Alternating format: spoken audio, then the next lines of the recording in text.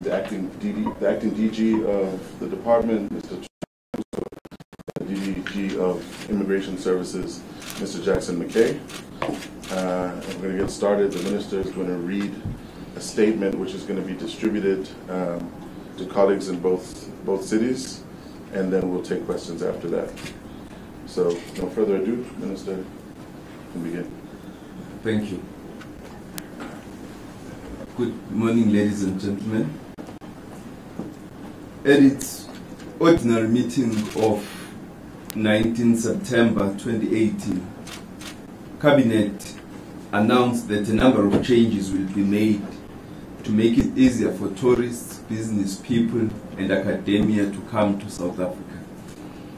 This was after Cabinet had received a joint report from the Ministers of Home Affairs and Tourism. Travel reforms will include amendments to regulations applying to foreign minors traveling to South Africa, visa waivers, and relaxation of visa requirements for certain countries. This media briefing was therefore convened to provide details in this regard.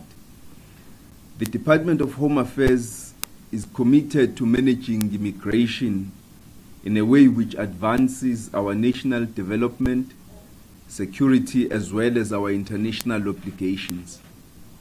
We play a critical role in admitting over 10 million international visitors to South Africa annually, which includes tourists, business travelers, investors, and neighbors, and are committed to playing an active part in efforts to continuing to increase these numbers of visitors. Millions of jobs are sustained by the economic activity generated by these travelers. Our task is to make entry into South Africa of the aforementioned visitors as easy as possible, while guarding against risks posed by the minority of travelers who do not abide by our laws, those who overstay, and persons associated with transnational threats such as organized crime, human trafficking, and terrorism. It is a challenge inherent in immigration management to detect, prevent, and act against these risks without unduly inconveniencing law-abiding travelers. Home Affairs is committed to finding and implementing innovative immigration management solutions to positively impact tourism and economic development. As a matter of background, amendments to the current immigration regulations are in line with the October 2015 recommendations of the Interministerial Committee on Immigration Regulations, which was led by President Cyril Ramaphosa in his previous capacity as Deputy President of the Republic then.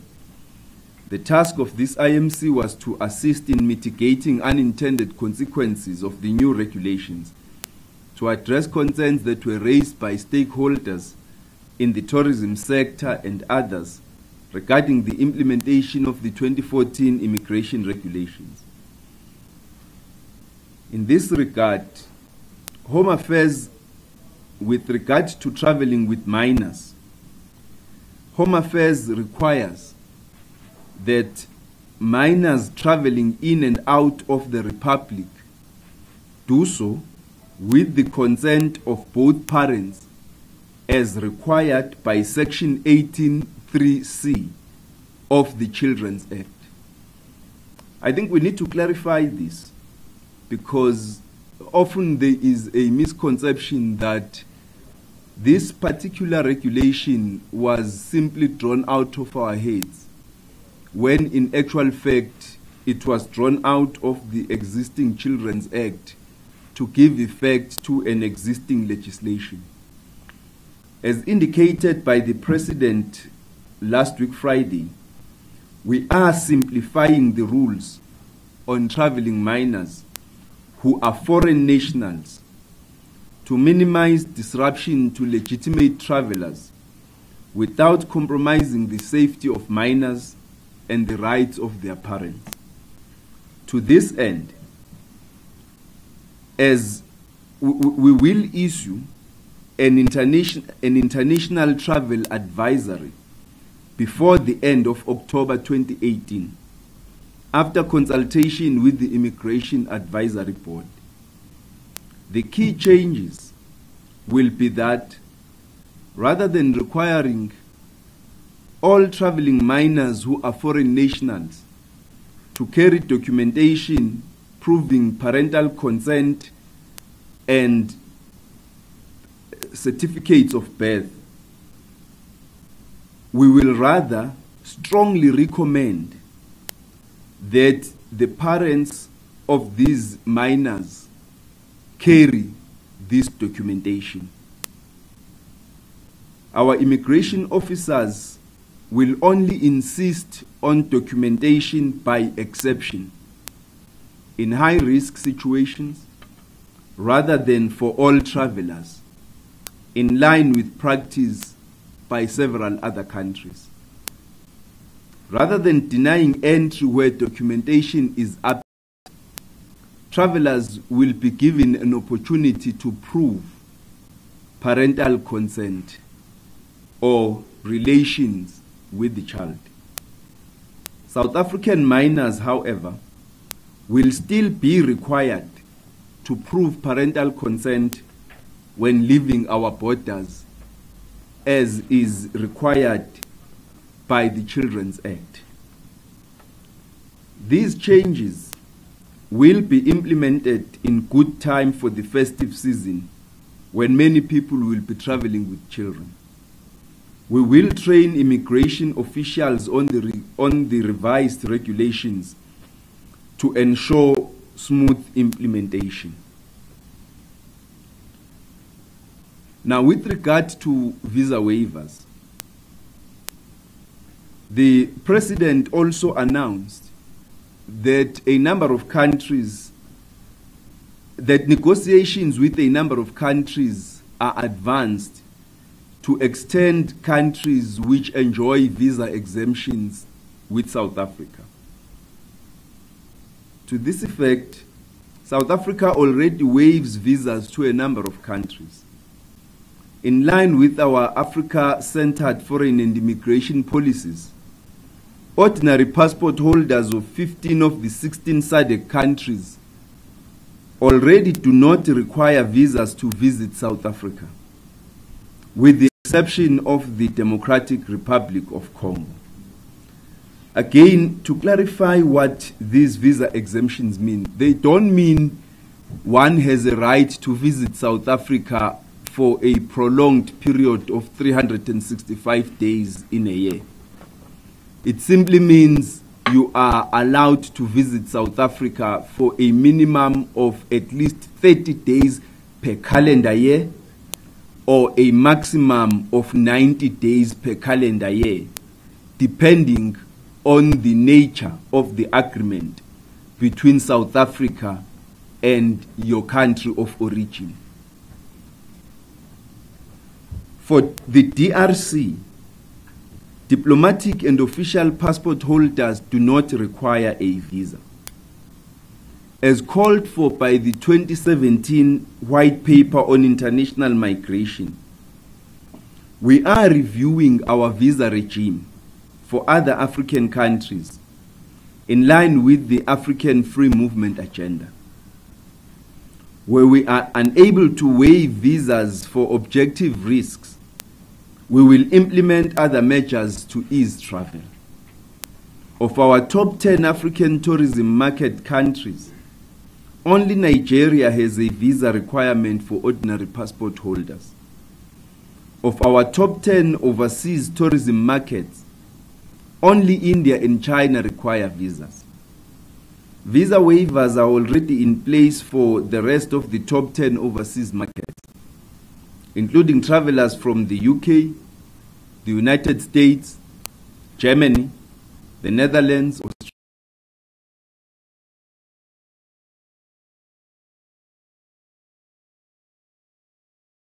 Federation and on 1 April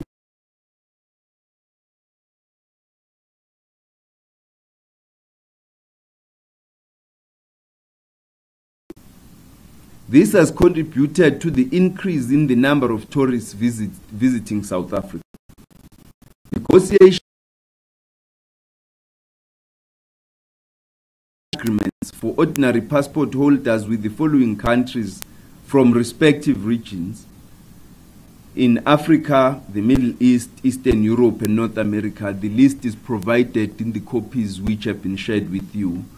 I think for brevity, I will not mention all the countries that are stated there, but it is important to note that we are negotiating a visa exemption with the state of Palestine. We are negotiating visa exemption with Cuba.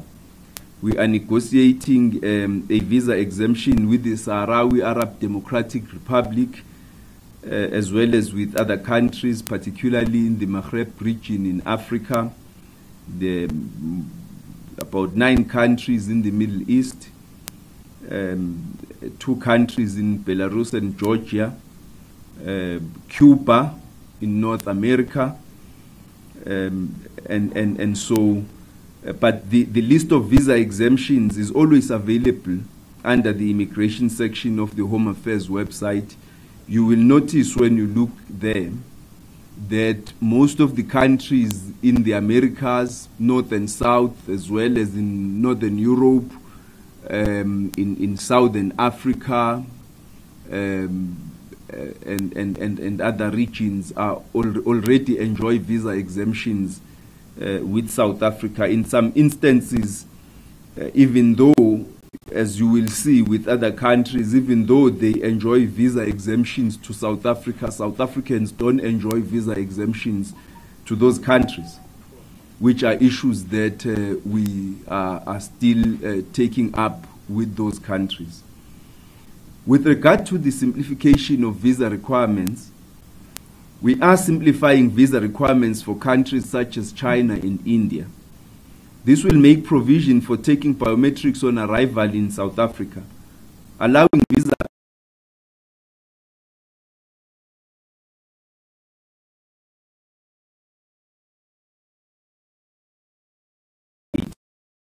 easing movement in this manner. Larger numbers of tourists, business people, and families. We will consider easing, similarly, travel restrictions for certain categories of visitors for other countries, including Nigeria, Kenya, and Uganda. A particular concern has been raised with us with regard to business people, certain categories of business people, and we are looking at mechanisms to make it easy for them to travel to South Africa, to be able to obtain visas so that they can travel to South Africa. And to that effect, I will from next week be engaging the chambers of business from different countries that are located in Johannesburg in South Africa, with the purpose of explaining these reforms, these visa reforms that I'm announcing today, and enlisting their support to help us communicate these reforms in their countries, so that we can be able to, so that we can ensure that the business executives in their countries do take advantage of the reforms that we are announcing. With regard to long-term multiple entry visas, in order to further ease movement of travelers, for purposes of tourism, business meetings, and academic exchange, we have implemented long-term multiple entry visas for frequent travelers, namely a 3-year multiple entry visa for frequent trusted travelers to South Africa. Those would be people who come to South Africa on a frequent basis. Find someone who travels to South Africa between 3 and 12 times a year for business, for tourism, for various reasons. Some people who have families in South Africa, who have relatives, they come here, they have no police records.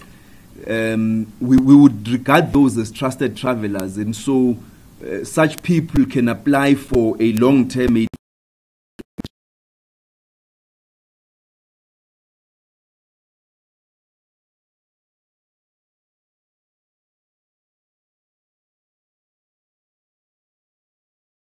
to the country, and a 10-year long-term multiple entry visa for business people and academics, which would also assist, especially for academic and research purposes, those who are involved in research activities of various kinds.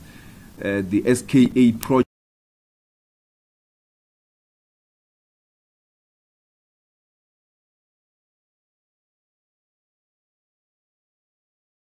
that such types of exchanges benefit South Africa in various ways, and therefore we think we need to ease the movement of academics so that the country can develop out of such exchanges and relations. And so we should be able to issue not only business people but academics as well with long-term 10-year multiple entry visas. With regard to BRICS countries, BRICS business people who require visas to South Africa, that is India and China, will be issued with a 10-year multiple entry visa within 5 days of application. They will not need to apply in person. They can use courier services, and this arrangement is meant to attract business people and prospective investors. Now, you remember that earlier I announced measures to ease visa requirements that are being signed between South Africa, China, and India, which pertained to 5-year multiple entry visas. Those are formal agreements, memoranda of binational agreements between the two countries. But from our side as South Africa, instead of offering them a 5-year multiple entry visa, we are offering them a 10-year multiple entry visa. And we use courier services. You don't expect people like Jack Ma and such executives, Mr. Dangote in Nigeria, to apply in person. We are expecting them to use courier services.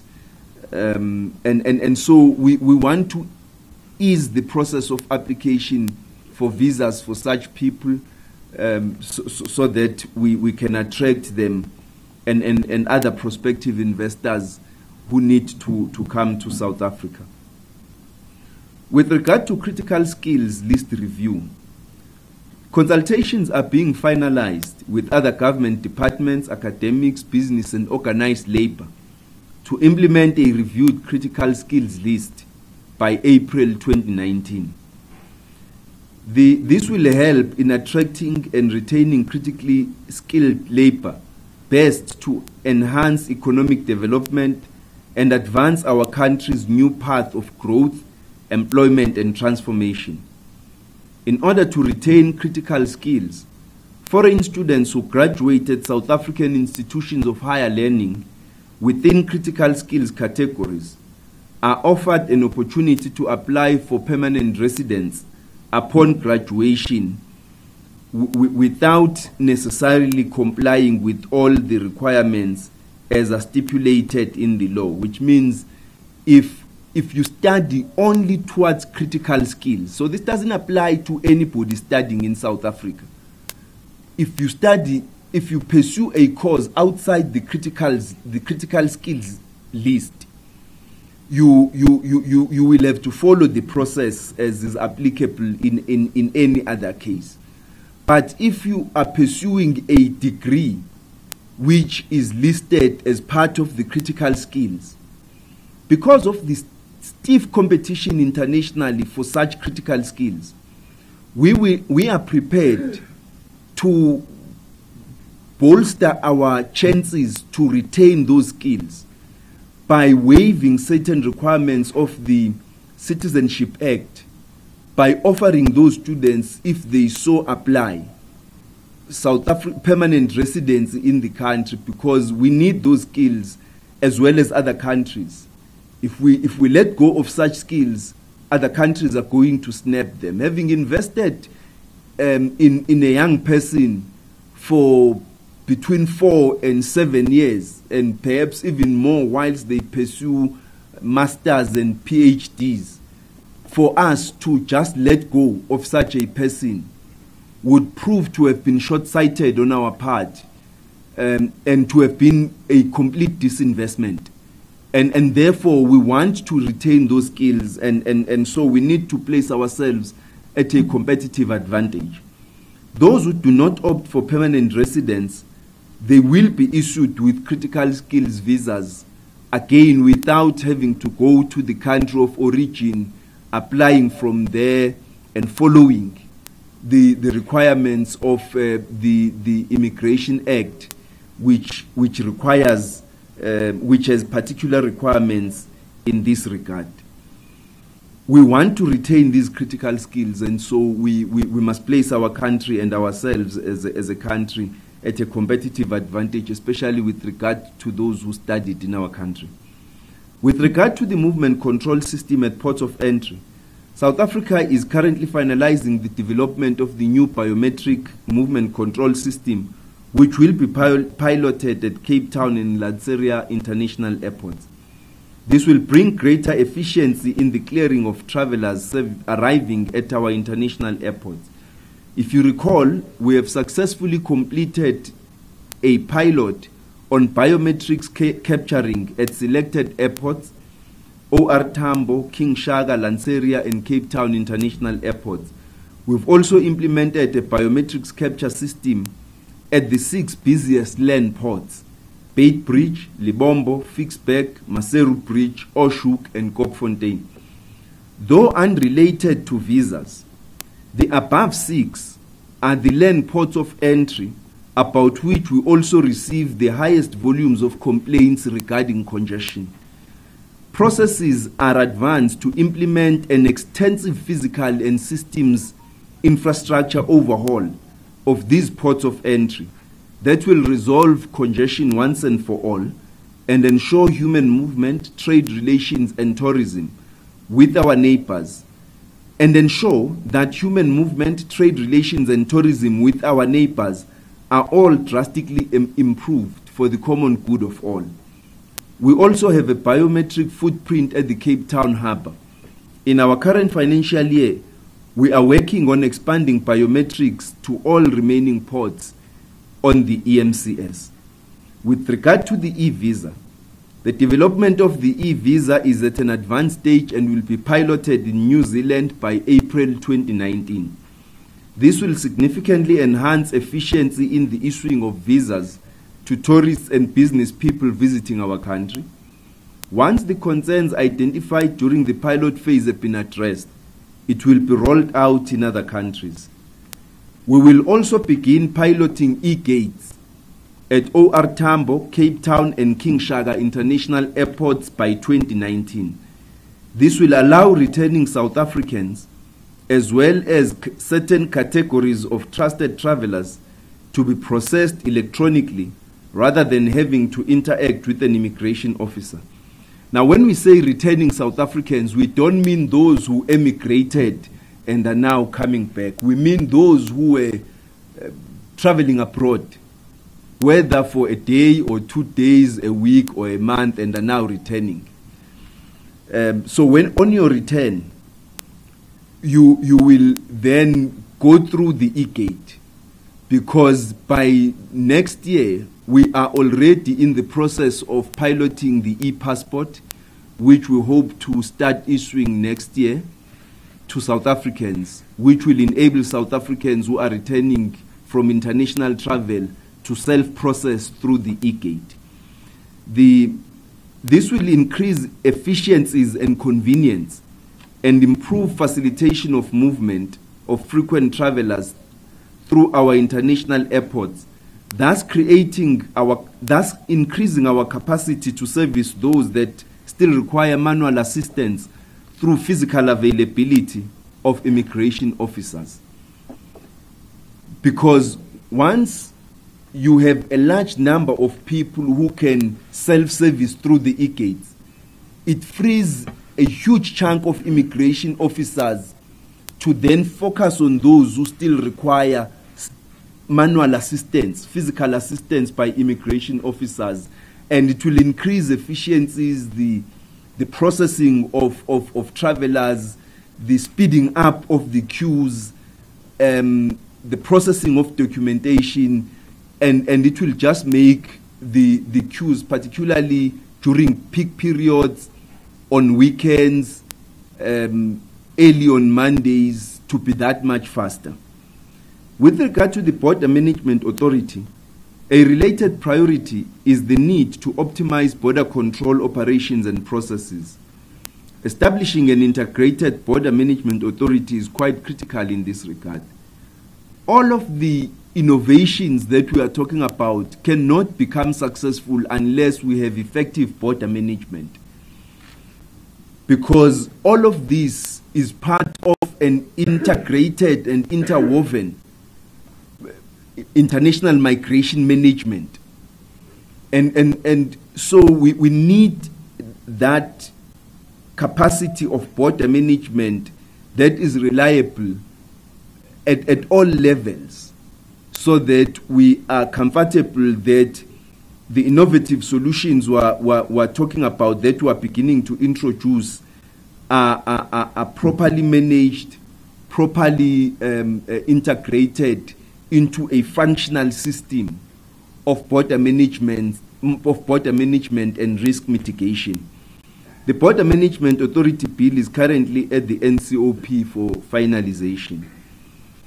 Changes to our visa architecture have a potential to boost tourism and make business travel more conducive. They will contribute to the stimulus and recovery plan the President announced on Friday, and go a long way in improving the lives of our people. A great deal of this will also depend on other innovation that is currently taking place in the department through the various initiatives that we are undertaking, such as the introduction of the automated biometric identification system, and the establishment of an integrated national identity system, which will bring on board all of the current four disparate identification systems that we are currently running into one system, integrating the biometrics and the identification systems of South Africans and foreign nationals that we already have in our possession, which would be integrated. And so we would be able to better manage the movement of South Africans and foreign nationals. And therefore, all of these systems will begin to seem that much easier when we start implementing them next year and in the years to come. It will make the management of migration that much easier. It would make tourism that much better to manage, and it would assist us to boost our capacity to attract more visitors to our country, be they tourists, business people, academics, and all other forms of travelers. Thank you very much. Great. Thank you, Minister. I'm advised by our social media team that we've got a hashtag going, visa amendment. I encourage the journalists here to use that. So we're going to get into the question and answer. I know you guys are excited to engage us on these exciting and growth-enhancing developments. I can't see anything, but I know we have Cape Town via link, so I'm just going to start with Cape Town.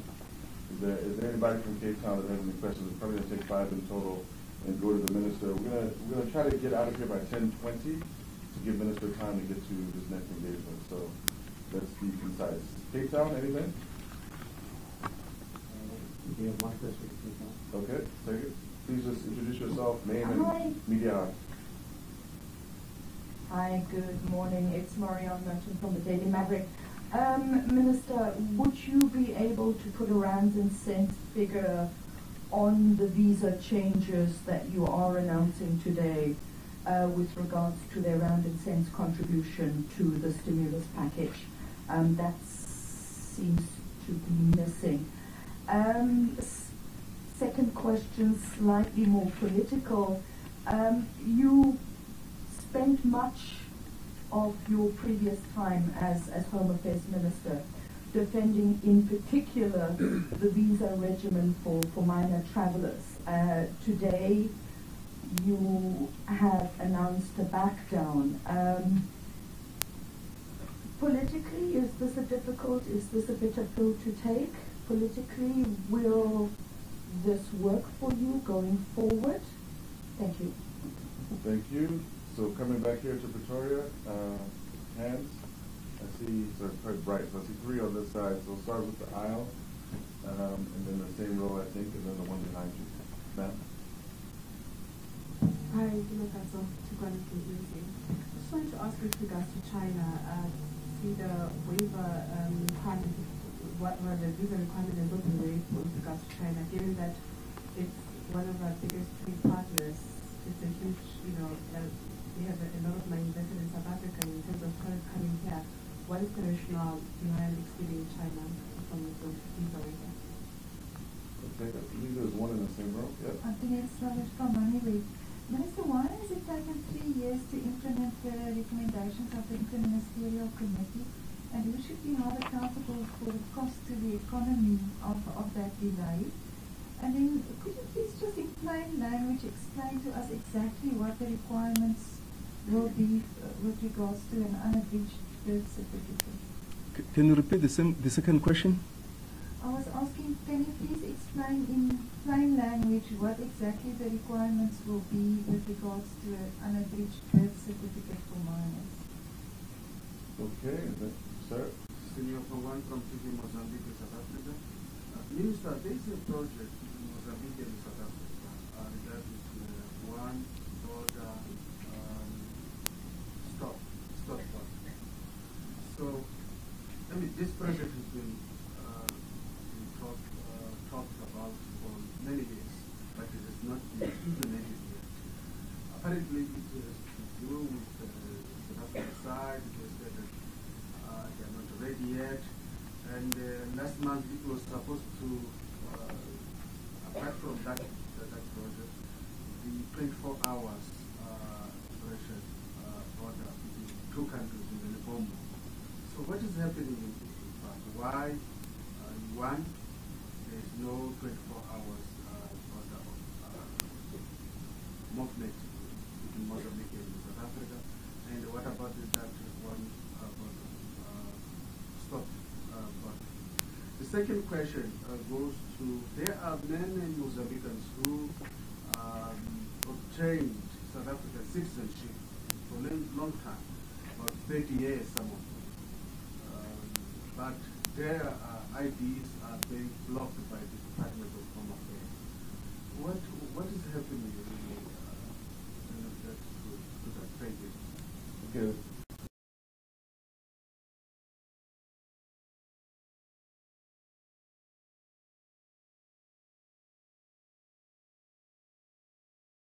Analyzing the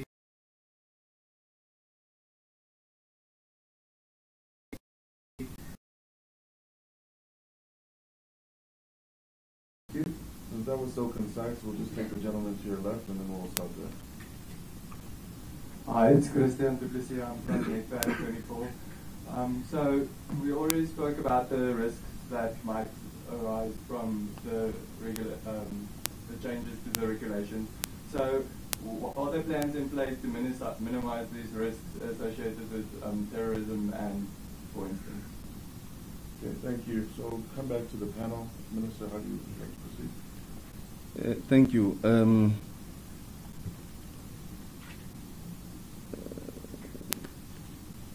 Just noting one question. Yeah, thank you.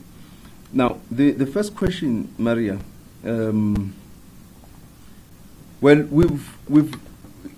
Our duty was not to cost. I think that would require perhaps the skills that are not available at Home Affairs to cost how much these reforms are going to contribute to the stimulus package. So we have not costed them, and I don't think anybody has. it would take a little bit of time. We would have had to wait a little bit longer for us to do those calculations.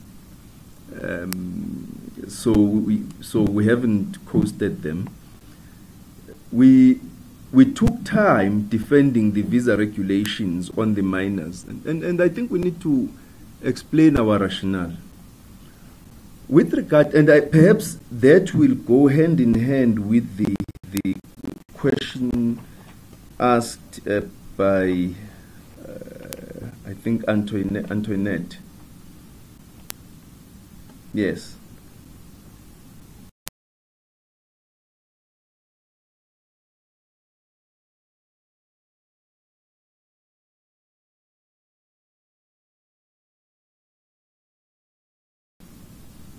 South African minors traveling abroad will have to carry an unabridged birth certificate and parental consent if the minor is not traveling with the parents or is traveling with one parent.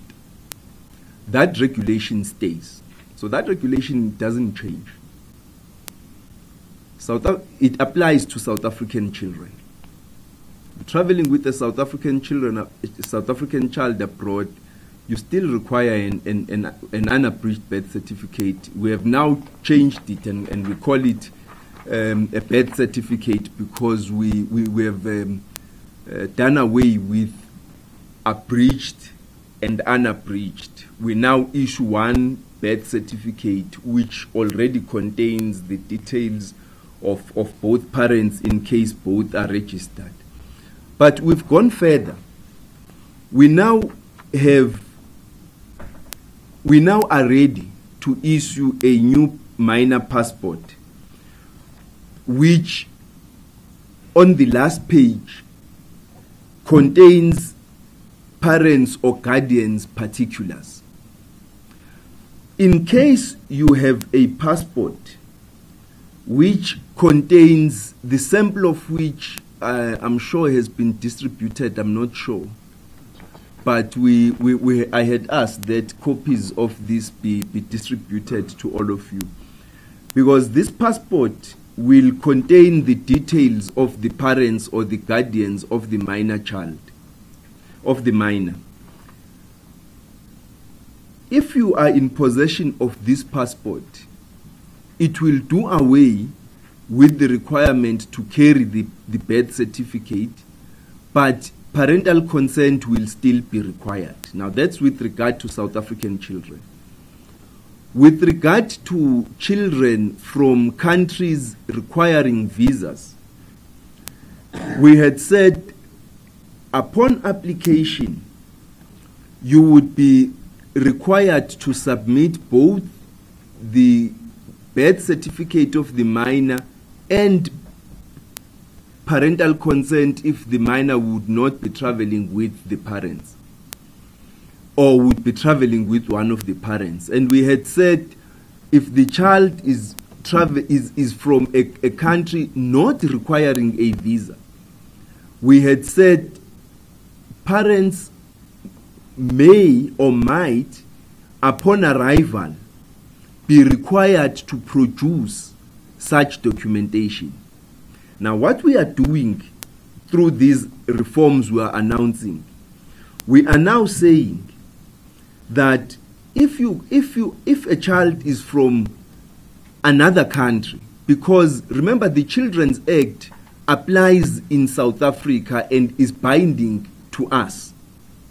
But if you are from another country, we are saying you may be required to bring the documents. So we will issue a travel advisory that bear in mind that you may be required to bring documentation which prove kinship with the child or parental consent for you to travel with the child. And so we will be training the immigration officers to be able to detect or in case there is any suspicion or for whatever reason they may want to have a discussion with an adult traveling with the child. Now, you are asking a question whether this is bitter. No, it's not. Because what we had said already back in 2014 and in 2015 was that as we develop our capacity better, we would implement further reforms in this regard, which would further simplify and make it easy for parents to travel with minor children. What we were concerned about was our capacity at the time, as we still are now, to contribute to the campaign against child trafficking and the movement of children in and out of the country without the consent of either both parents or one of the parents. Because when that happens, the parents then take issue with the department for having allowed their children to cross the borders without their consent. And sometimes the children are never found. So we don't think that this is personal at all. Should concern everybody. We insist now, as we've always insisted, that there is nothing personal in this. It's about the protection of children, and so all of us have got to be concerned about it. We will continue to have to defend the rights of children, and I think it's everybody's responsibility to do so. As we continue to improve our capacity to bring on board the Border Management Authority, to train our immigration officers, and bring ourselves on par with all other advanced countries in this regard, we will be in a much better position to ease the travel of genuine travelers and be in a better position to combat trafficking and the trafficking of children by those who are malicious and not genuine. And so there is nothing really to be bitter about in the reforms that we are implementing. It's taken 3 years, Antoinette, you say, to implement the recommendations of the IMC. Actually not. We have implemented most of the recommendations of the IMC. There were a number of such recommendations. We've implemented all of them. There was only one now outstanding. That was the one pertaining to the traveling of minors. And that is the one that we have implemented all what we needed to do to create our capacity, because we couldn't rush into it.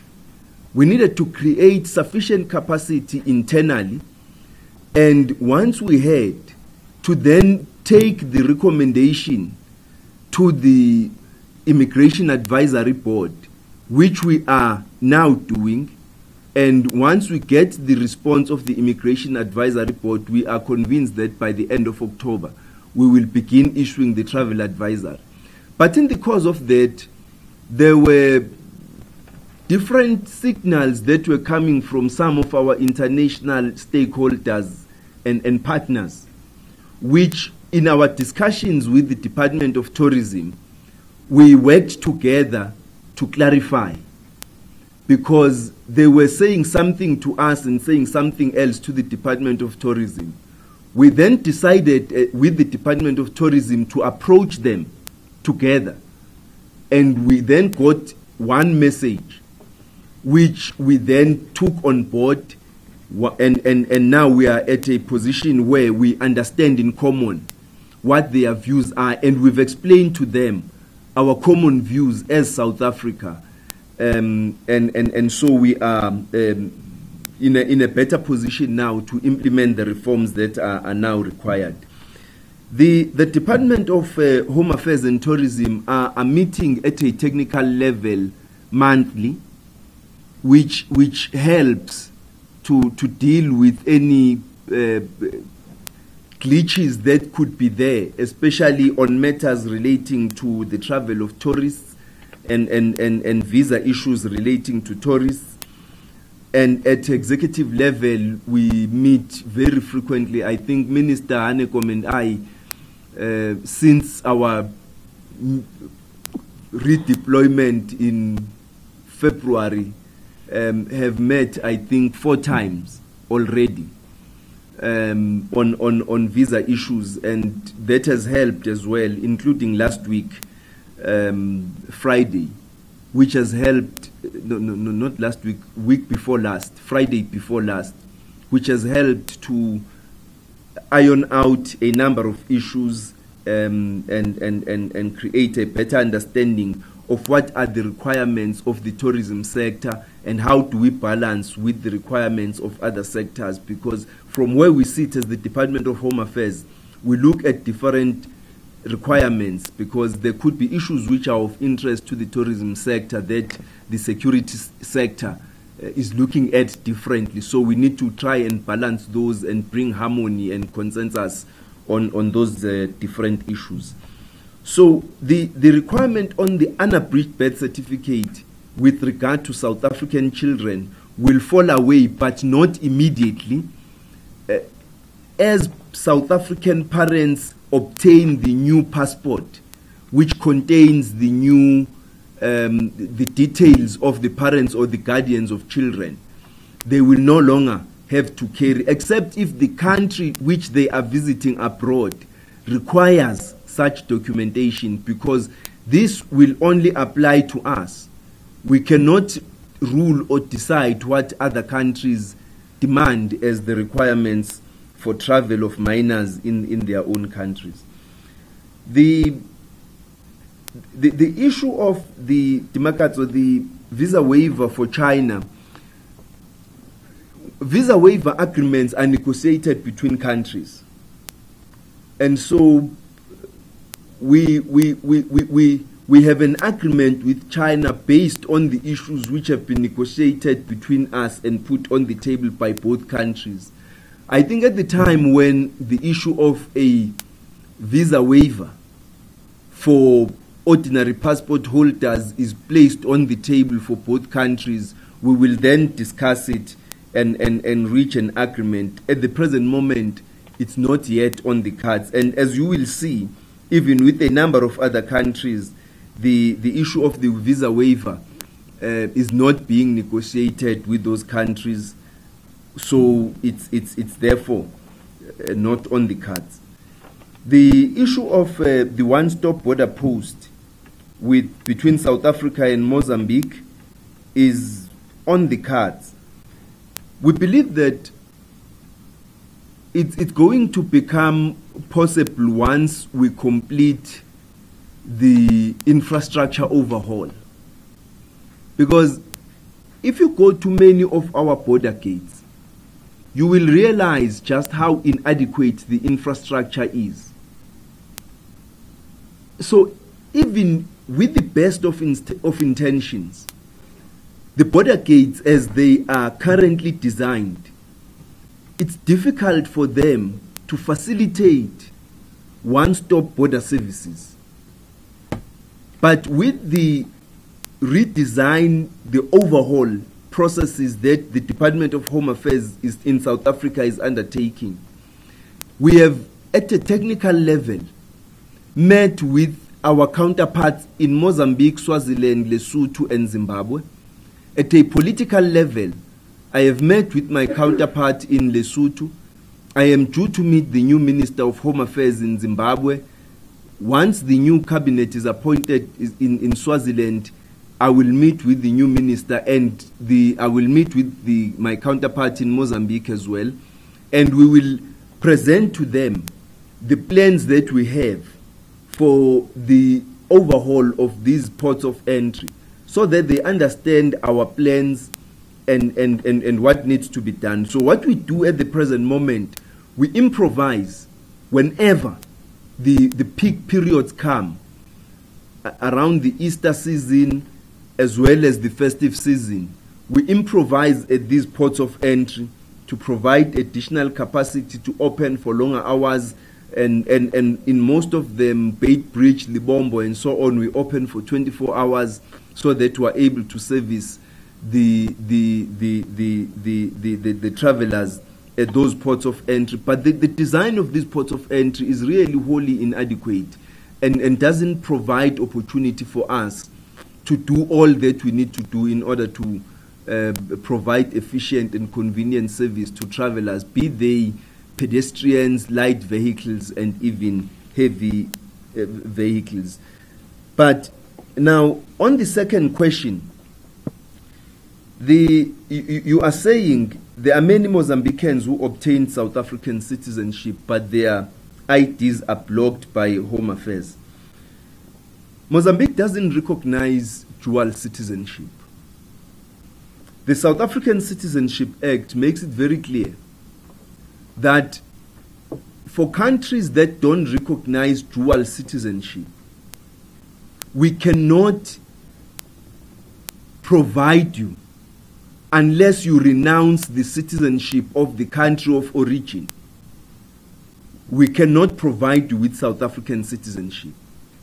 So you can't make it our responsibility to issue you with dual citizenship without you first renouncing the citizenship of Mozambique and providing evidence to us that you have renounced the citizenship of your country of origin. It's quite clear to us that there could be improvements. We don't need to change that requirement. That provision will remain in force. But we need to change certain mechanisms to enable us to implement and enforce that provision better. But at the present moment, we have to expect you to renounce the citizenship of the country of origin. If you don't, we then can't issue you with South African citizenship. If you do, we then proceed to finalize the process. The only exception is that a child born abroad who requires citizenship of the country of birth may retain dual citizenship until the age of 18, at which stage they must then decide whether they renounce the citizenship of the country of birth or of the country of the birth of the parents. And that's the decision that the child must do when they become a major. So those IDs which are being blocked, it's because they were obtained fraudulently, and we have many of those which we have blocked in the system, and we will continue to do so for reasons that I have explained. Alex, unfortunately, the critical skills list is not drafted by Home Affairs. We only get told by these different stakeholders what the list is, and once we are told, we then gazette it and execute it, and we implement it together with the Department of Labor. So I wish I could take you into confidence, but at the present moment, I really would be playing marbles with you if I tried to do that, because even what could be regarded as critical skills now may be reviewed in the next list, or what is regarded not as critical skills at the present moment may be added. For example, we get a lot of requests for people who completed legal degrees in South Africa and now are offered articles at various law firms, and they want to be offered critical skills list. And the Department of Justice is clear. A law degree is not a critical skill. So we don't recognize a law degree as a critical skill. And it ends there. There's nothing we can do. The plans to mitigate risks are there, Stan. They are there. But the establishment of the Border Management Authority with the skills and capabilities that it will have will really go a long way for us. it is a matter of the greatest concern insofar as we are concerned. The delays are of the gravest concern. If you look at a number of risks, I mean, let alone just these, if you look at the securing of South Africa's borderline, the fact that you have a number of areas where the fence is lying down, it is unmanned, unstaffed.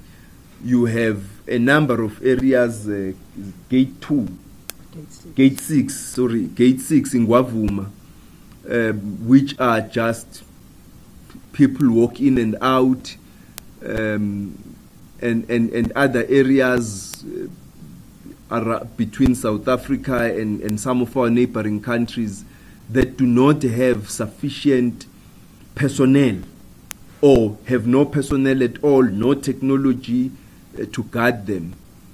Even if you go to Musina itself and just observe irregular movement across there, and unless we are able to have the Border Management Authority in place, well capacitated, we will remain with these enormous risks. We continue to raise these both within the legislatures as well as in the security cluster, because it causes us sleepless nights. The numbers of immigration officers we have are wholly not sufficient.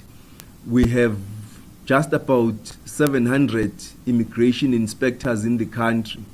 We have sectors of industry that wholly employ undocumented immigrants or people without documents that permit them to work.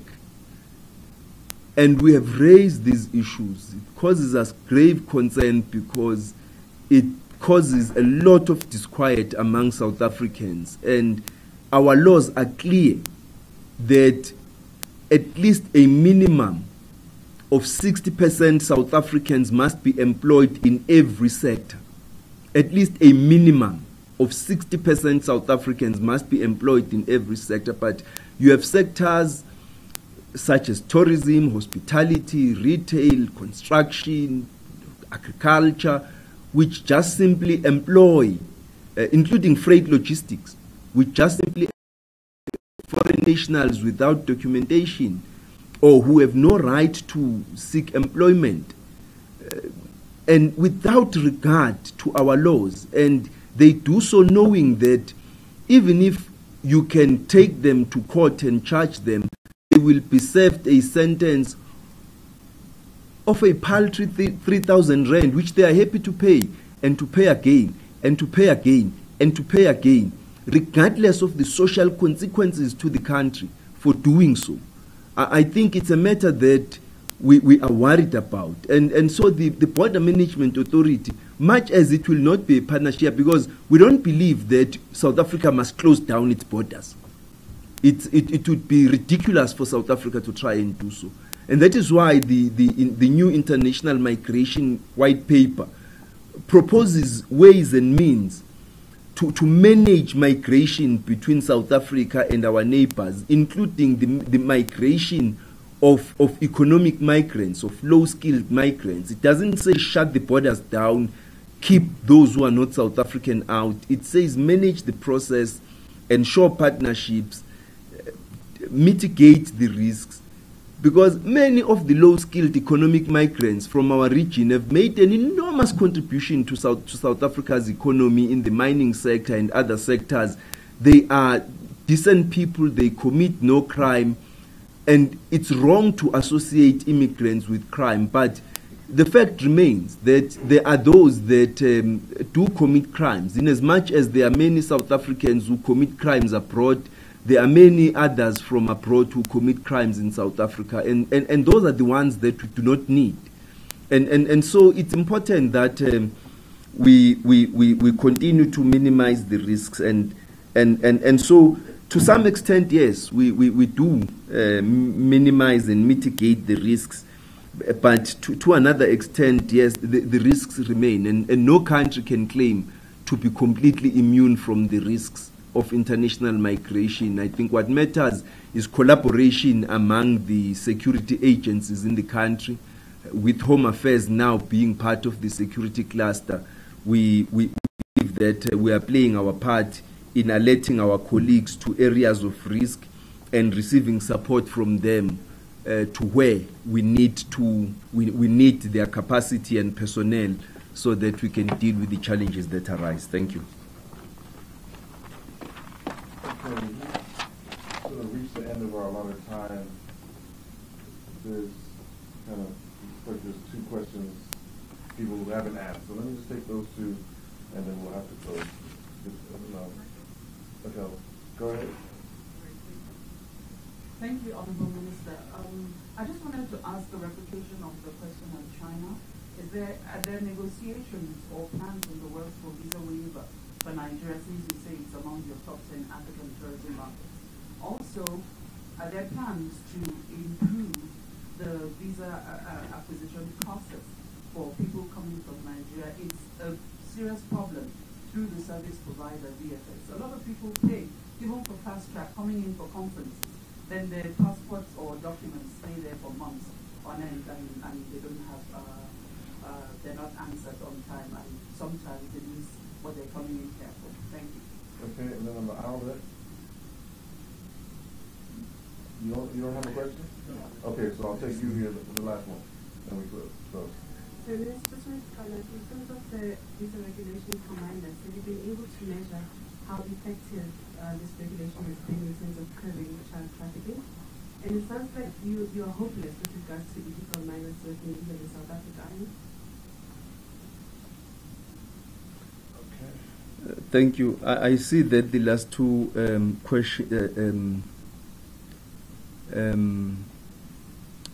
ladies didn't introduce themselves, but it's okay.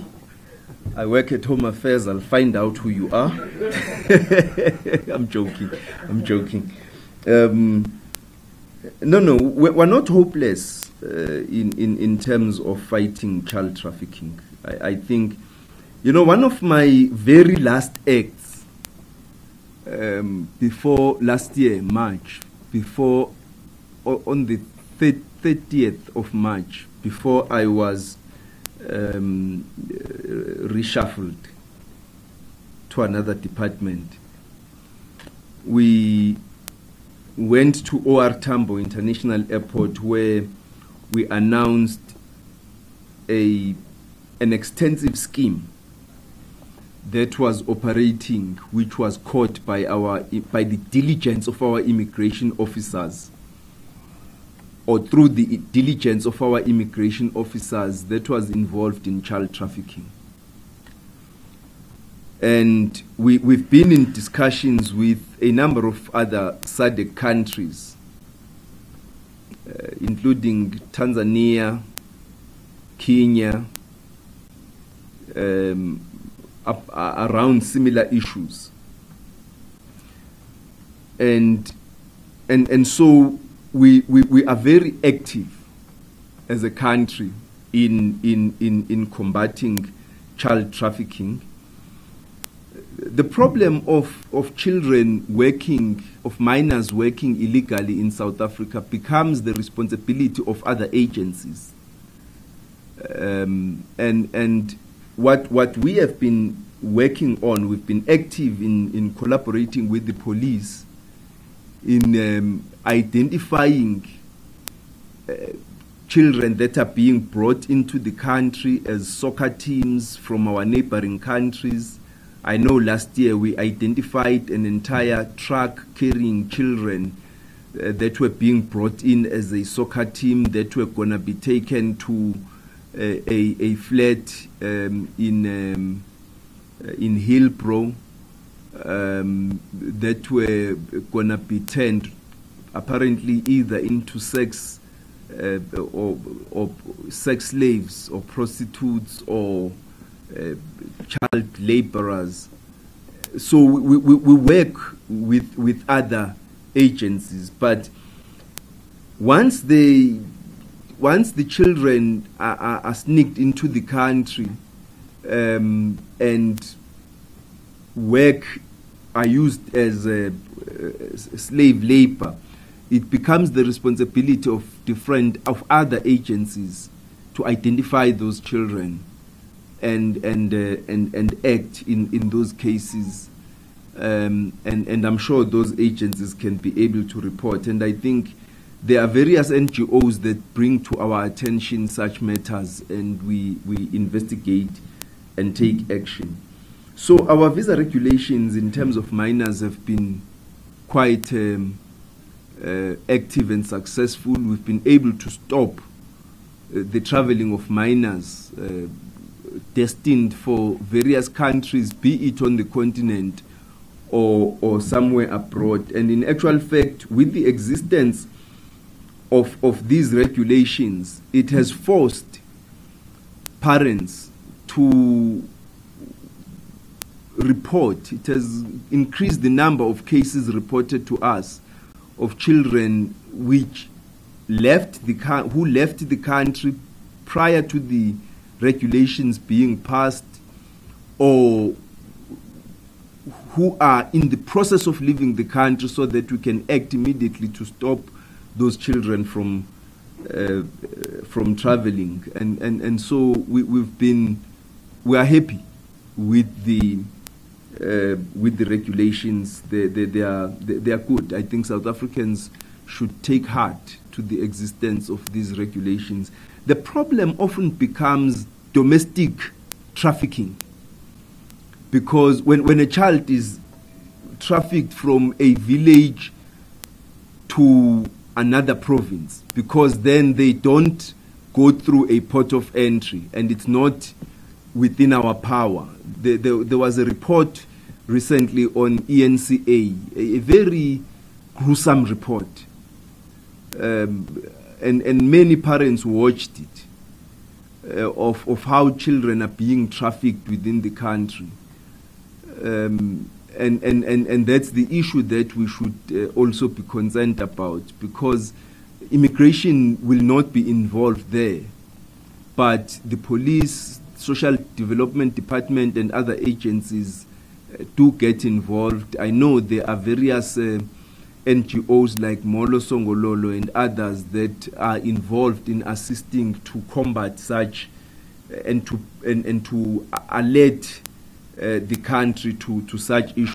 There are various people who've done academic research, PhD research on issues of that note.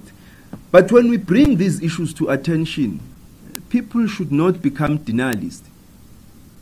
People should not become denialists. These things are real.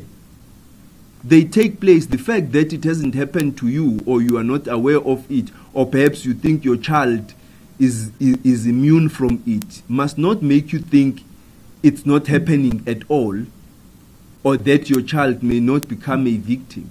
People need to be aware, and we need to be concerned, because the safety of our children is it's a completely different world in which we live today. I made a statement in 2014 and said that way back when I was a child, I was more worried about ghosts than people. If you said to me that here is a ghost, here is a human being, where do you want to, who would you run to? I would run to a human being. Today, I would rather go to a ghost, because I don't trust human beings at all. And that's the type of world in which we live now. And I think we should just, as parents, be on the lookout. You can never be too safe, too secure, too sure about your safety measures, about your children. And government cannot be a nanny state. It's not even trying to be a nanny state, but we should do our best to just make people vigilant. We are in discussions with Nigeria about easing visa requirements with Nigeria, with Kenya, Ghana, and Uganda. We are in discussions about easing visa requirements for now as a first step towards an eventual visa exemption. So we are in discussions. I know I had visited my colleague prior in 2016. We had a broad range of discussions towards that effect, and we intend engaging again at a political level around the issues we had discussed to resuscitate our discussions. The issues of VFS in Ghana, in Nigeria, I just need to get to the bottom of what they are so that we understand them and act on them if they are of any major concern. But the introduction of e-visas is really going to solve the lives of many people, because the advantage of an e-visa is that you don't have to wait days for the acquisition of your e-visa. The turnaround time is within hours, if not within an hour. So the introduction of the e-visa next year is going to really simplify lives for a lot of people. But obviously, ultimately, it's the visa exemption agreement that is going to be beneficial for all of us. We need to discuss how we deal with mutual risks that we face in regard to visa exemption agreements for both countries. But as it stands, we are in discussions about easing visa requirements and how we deal with that for now as an initial step. Thank you. Thank you very much, Minister. We're going to close it here. Thank you all for your kind attention. If there's any further questions or follow-ups, we'll register them offline and get you responses. I believe the Acting Director General and DDG will have a few minutes to get the questions. Thank you very much. Thank you.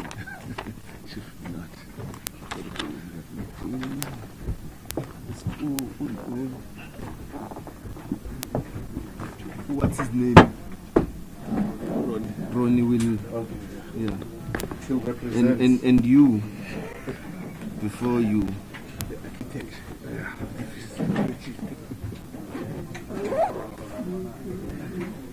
Yeah.